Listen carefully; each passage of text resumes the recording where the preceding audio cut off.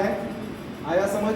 अपने पास ध्यान रखते चलना, ये तुम्हारा कंपाउंड पेंडुलम वाले में हमारे पास प्रॉपर कितने, देखो एक सस्पेंशन पॉइंट है, जो सबसे ऊपर वाला है वो क्या चीज है, सस्पेंशन, या फिर हिंदी में क्या बोलते हैं, निलंबन बिंदु। समझ में आ रहा है, प्रॉपर तरीके से अच्छे से समझ जाना। करना क्या है, ये तो हमने फिक्स कर दिया है।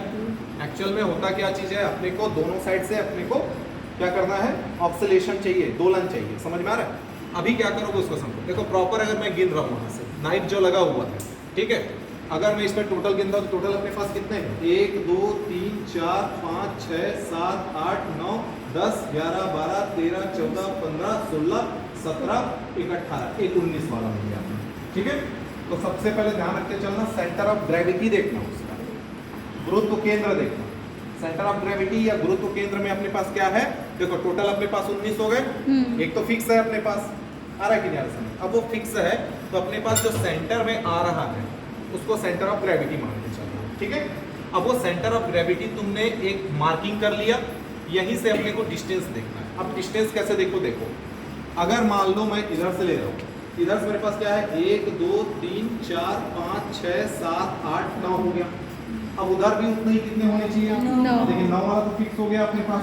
समझा रखेंगे, तो अपने पास चाहे तुम चाहोगे तो इसको सेंटर ऑफ ग्रेविटी ले लो, ऐसा पॉइंट लेना जहां से दोनों साइड का अपने पास क्या हो, डिस्टेंस सेम हो। समझ में आ रहा है यार, जरूरी नहीं कि तुम्हारे पास जो जी है वो फिक्स है, क्योंकि यहाँ जो सस्पेंशन पॉइंट है या निलंबन बिंदु है वो क्या हो गया है, फिक्स हो गया। नहीं होता तो फिर उसको भी काउंट करते, क्योंकि अपने को ये जो नाइफ दिया हुआ है या फिर नट बोलो, उसको अपने को फिक्स करना है। क्लियर हो गया, ठीक। अब देखो प्रोसीजर क्या है, सेंटर ऑफ ग्रेविटी से अपने को क्या करना, सबसे पहले ये जो नाइफ है उसको सबसे पहले टॉप पर लगाओ, पहले वाले होल पर। आ रहा समझ। अगर वो उधर हो, कितना होल है देखो, अगर मान लो तुमने सेंटर ऑफ ग्रेविटी इसको माना है, कितना होल है 1 2 3 4 5 6 7 1 8वां। अगर इस नट को या नाइफ को तुमने 8 वाले होल पे रखा हुआ है, तो ये वाला भी नाइफ इस सेंटर ऑफ ग्रेविटी से 1 2 3 4 5 6 7 8 इस पे फिट करना। क्लियर हुआ?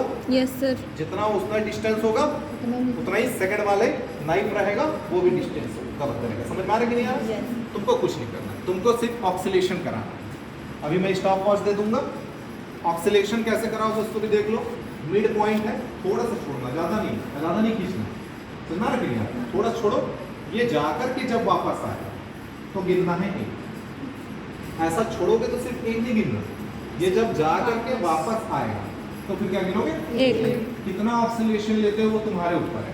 क्लियर हो गया? यस। ज्यादा से ज्यादा ऑक्सीलेशन लोगे तो तुम्हारा जो कैलकुलेशन है वो और ज्यादा अच्छा आएगा, उसमें करेक्शन या फिर उसमें एरर होने की चांसेस कम हो गए। 20 ले लो, 30 ले लो, 10 ले लो, समझ में आ रहा है कि नहीं आ रहा? जितना ज्यादा तुम लोगे उतना ही ज्यादा क्या होगा, उसमें एरर कम आएगा। आ रहा समझ? और हमारा जो रीडिंग है वो क्या चीज रहेगा, अप्रोप्रिएट तरीके से रहेगा। समझ में आ रहा है कि नहीं आ रहा? क्लियर हो गया? फिर क्या करना है सर, ले लिए, ध्यान रखते चलो। फिर उसके बाद क्या करना है, फिर वो होल को नीचे लाना है। अच्छा, यहाँ सेंटर ऑफ ग्रेविटी से उसका डिस्टेंस नाप लेना, उसका भी नापना, नीचे वाले के भी नापना। जब तुम इसको नाइफ को उस होल पे लगा के रखो तो वो भी 8 वाले होल पर है और ये भी 8 वाले होल पर है कि नहीं आ रहा है? अब उसके बाद फिर क्या करना है, जैसे हम लोग उसके बाद नीचे आते हैं 7th वाले होल, तो नीचे वाला भी नाइफ को क्या करना है, 7th वाले। समझ में आ रहा है कि नहीं आ रहा है? यस। फिर उसके बाद ऑक्सीलेशन लेना है। क्लियर हो गया? ऑक्सीलेशन ले लोगे तो फिर क्या हो जाएगा, जब तुमने ऑक्सीलेशन ले लिया, टाइम पीरियड निकाल लिया, टाइम पीरियड निकालने के बाद अपने पास फिर से क्या करेंगे हम लोग, 6th वाले पे आएंगे।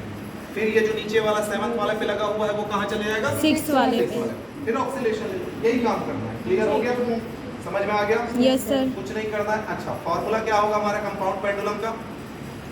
फॉर्मूला जो होगा क्या होता है, जी की वैल्यू हमने क्या निकाला, टाइम पीरियड का फॉर्मूला क्या होता है, t = 2 पाई √ L बाई क्या होगा, L बाई जी। अब उसके बाद स्क्वायर करके तुम निकालोगे तो तुम्हारे पास जी की वैल्यू हो जाएगी, फॉर्मूले को ट्रांसफर कर दोगे, आ जाएगा। क्लियर हो गया? ध्यान रखते चलना। अब ध्यान रखते रहना, उसमें एक टेबल बना लो। सबसे पहले टेबल बनाओ। टेबल हमारे पास कैसा होगा, कुछ लोग लिख लो उसको टेबल को। टेबल वाले में पहला टेबल, ध्यान रखते चलना। तो पहला वाला उसमें पार्ट में लिखो, क्या चीज है, distance of knife from the centre of gravity. Distance of knife, knife मतलब ये वाला ना, ध्यान रखते चलना। तो ना रख नहीं आ रहा, ये जो नाइफ है वो सेंटर ऑफ ग्रेविटी से हमने कितने डिस्टेंस पे लिया। तो जैसे देखो, अगर हमने ऊपर वाले को लिया है तो यहाँ से हमने सेंटर ऑफ ग्रेविटी माना है, तो यहाँ से मीटर स्केल की सहायता से उतना डिस्टेंस नाप लोगे। फिर होल क्या होते रहेगा, नीचे नीचे आएगा, नीचे आएगा मतलब डिस्टेंस कम होते चलेगा।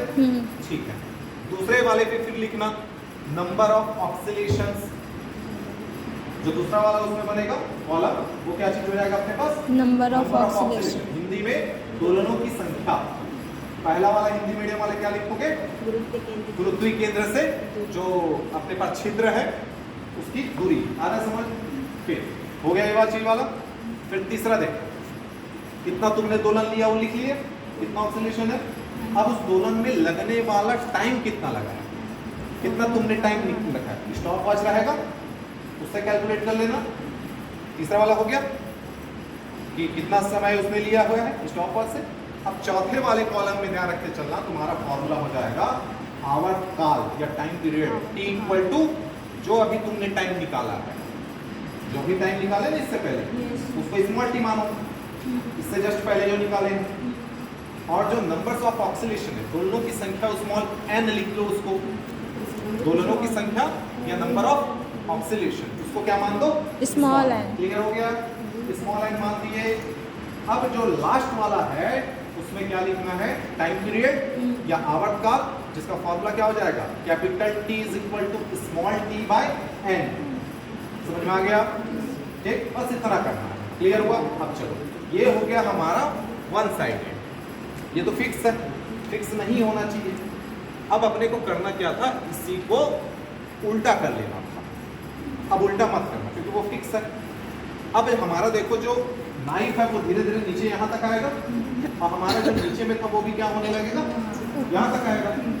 अब क्या करना, अब इसी को एक और टेबल बनाना सेम एज इट इज। समझ में आ रहा है कि नहीं आ रहा? yes, वही वाला बनेगा, लेकिन अब क्या करना है, अपने को नीचे से ऊपर जाना है। जैसे यहाँ पर सोल है तो फिर से ऑक्सीलेशन करा लो। Yes sir. समझ में आया। अब ऑक्सीलेशन हमने करा लिया तो ये भी होल यहाँ रहेगा। फिर इस होल को फिर से क्या करते चलना, ऊपर ले क्लियर हो गया। सर ये जो distance of light from centre of gravity है उसको मीटर स्केल से मेजर करना पड़ेगा, उसको मेजर करना पड़ेगा। और अपने पास ऑप्शन है। क्लियर हो गया, बस इतना ही करना है। दो टेबल बनेंगे अपने पास। एक बार जब हमारे पास क्या होगा, नाइफ नीचे आएगा, समझ में आ रहा है, एक बार नाइफ ऊपर जाए। क्लियर हो गया, yes, ध्यान रखते चलना। उसके बाद उसमें तुमको ग्राफ यूज करना है। क्लियर हो गया।